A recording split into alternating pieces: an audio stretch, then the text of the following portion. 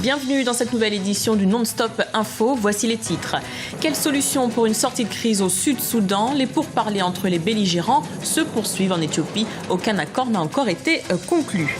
Lutte contre la piraterie maritime. L'Organisation maritime de l'Afrique de l'Ouest et du Centre apporte son soutien à la Guinée.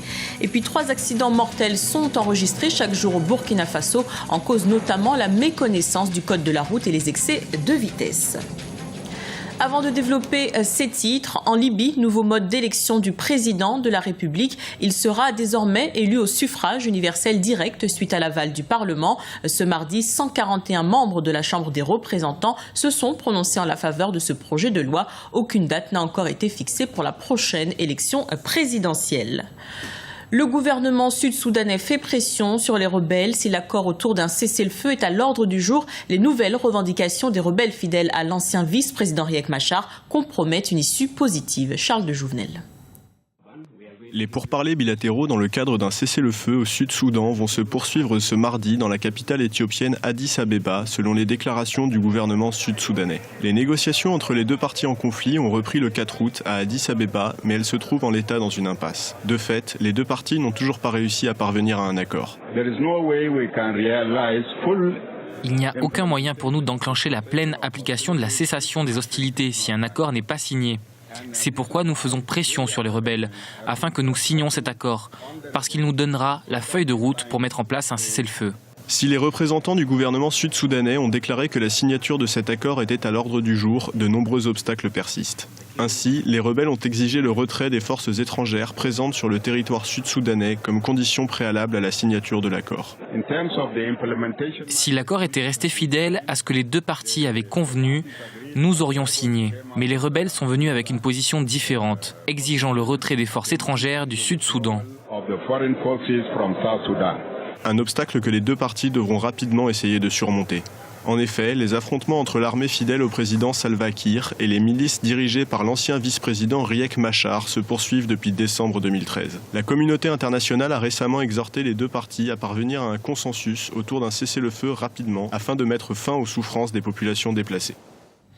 Nouvelle marche de l'opposition burkinabé, elle est prévue le 23 août prochain. Les formations politiques se prononcent à l'encontre du référendum et la modification de l'article 37 de la Constitution. Elle prône une alternance politique pour la présidentielle de 2015. Les opposants lancent donc un appel massif au rassemblement. L'Organisation maritime de l'Afrique de l'Ouest et du Centre apporte une assistance à la Guinée, une synergie d'action visant à aider les autorités guinéennes à lutter contre la piraterie. Des patrouilleurs seront mis à leur disposition, une formation sera également assurée. Un reportage de Mohamed Lamine Solano, notre correspondant sur place. L'ignorance des populations est un autre facteur accélérant la propagation de l'épidémie d'Ebola en Guinée, alors que le virus est déclaré épidémie mondiale par l'Organisation mondiale de la santé. À l'Abbé, au centre du pays, en Moyenne-Guinée, aucun cas n'est encore signalé.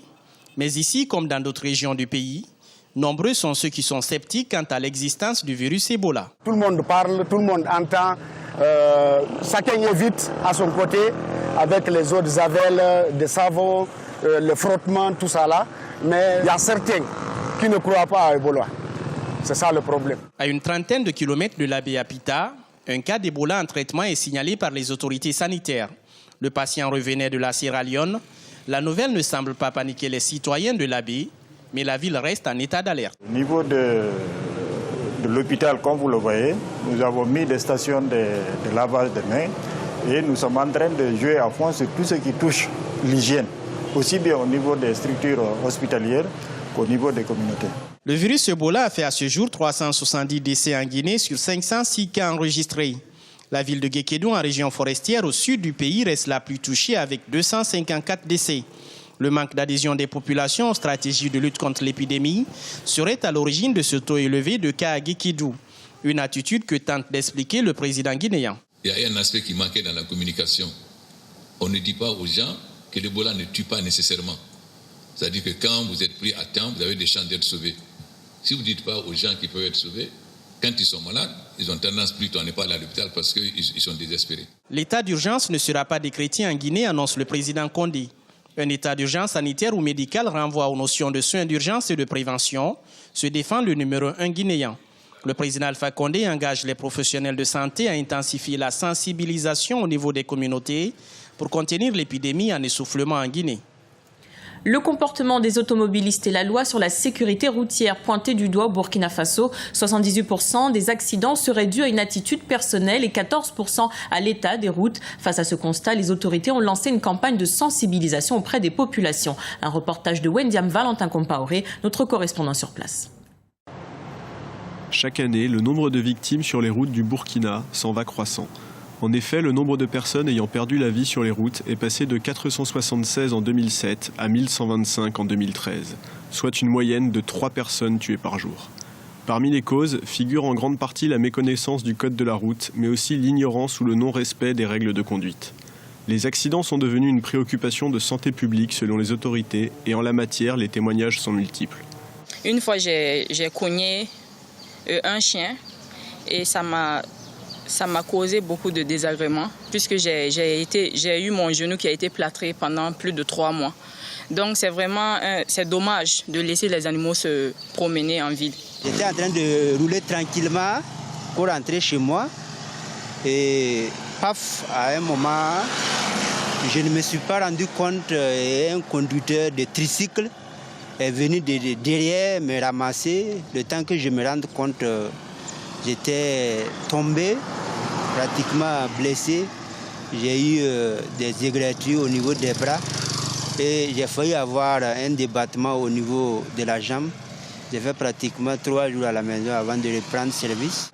Selon les chiffres officiels, 78% des accidents de la route sont imputables au comportement des conducteurs et 14% à l'état technique des véhicules. Une récurrence d'accidents qui a motivé la création de l'ONASER, l'Office national de la sécurité routière, avec pour ambition de réduire le nombre d'accidents de la circulation. L'ONASER a plusieurs missions. Il y a d'abord une mission de promotion de la sécurité routière. Comment faire pour que les gens adoptent les bonnes pratiques. Et dans les campagnes de sensibilisation, l'ONASER met actuellement l'accent sur la jeune génération. Dans les établissements scolaires, et parfois au niveau des marchés des situations foraines parfois, pour faire en sorte que les gens comprennent de quoi il s'agit. Parce que la sécurité routière, c'est d'abord une question de comportement. Outre les missions de l'ONASER, principalement axées sur la sensibilisation, la répression est de plus en plus utilisée pour contraindre au respect des codes de la route. Nous vous remercions pour votre fidélité. Dans un instant, une nouvelle édition de l'information sur Africa 24.